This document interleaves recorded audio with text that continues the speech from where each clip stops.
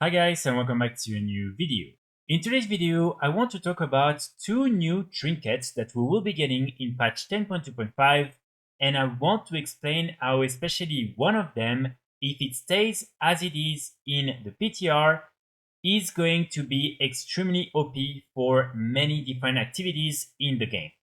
So I already mentioned these two trinkets yesterday in a video that I published, but I just want to make a separate video because really I think these are extremely interesting. Just a quick disclaimer before I start diving into today's video. The information I'm going to share with you is based on what we have so far from the PTR, and so of course the different items I'm going to show you might change in patch 10.2.5 when it goes live, and sometimes these items might even not make it to the new patch. So please keep that in mind, but still I think it's interesting to see what Blizzard is thinking of creating for patch 10.2.5. So the first one is this Blood of Mannoroth. As you can see, this is something that will allow you to use blood loss.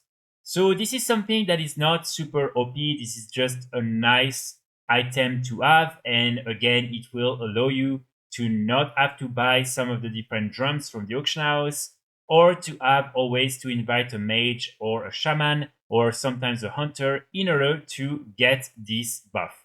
So definitely something that I think is going to be very useful and that many people are going to be happy with. But next to this trinket, we have another one, and this is the one that is really interesting. This is the Flicker Blossom. So as you can see, with this trinket, you will be able to teleport forward 20 yards or until reaching an obstacle, and it will free you from all stuns and bounce. And what's really interesting is the fact that for now, it has a 15-second cooldown. So this means basically you will be able to increase your speed and break from anything that stuns you or slow you super easily. So why this trinket would be super useful?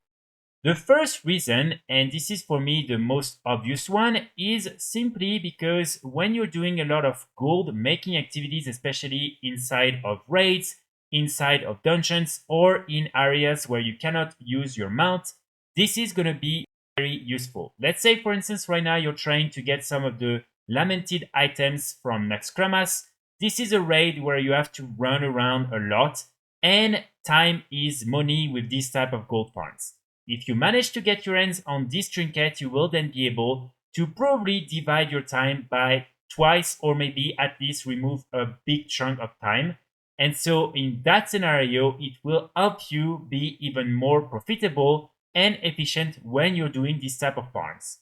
Then, of course, as many of the different mounts that you can get in dungeons and raids require you to run around and usually kill the last boss, it will also be extremely useful for those of you who want to try and farm these without having to spend a huge amount of time inside a dungeon or the raid. For instance, I'm thinking right now of King's Rest and the Tombstalker mount. This one can take some time simply because you really need to go from one point to another and it takes some time. And again, with a trinket like this one, you will be able to remove a lot of time when farming for this type of mount. And of course, this also includes all the other transmogs that you can farm from all these different raids and dungeons. Then finally, and this is probably the reason why I think right now this trinket is too OP and most likely it will be changed in patch 10.2.5, is how you can use it in PvP. So whether you're doing arenas, whether you're doing battlegrounds, you can imagine that if you are able to use this trinket in battlegrounds, you will be able to break from anything and teleport super quickly, which is a big advantage, and which means that for many people it will become very difficult to actually kill you. So again, we're not sure exactly what will happen with this trinket. It's only based on the information we have from the PTR. Maybe the cooldown is going to be increased a lot. Maybe they will have restrictions. For instance, you can't use it inside of PvP zones, or you cannot use it inside of raids or dungeons. I'm not sure, but all I know is that as it is right now, this trinket is incredibly OP and extremely useful.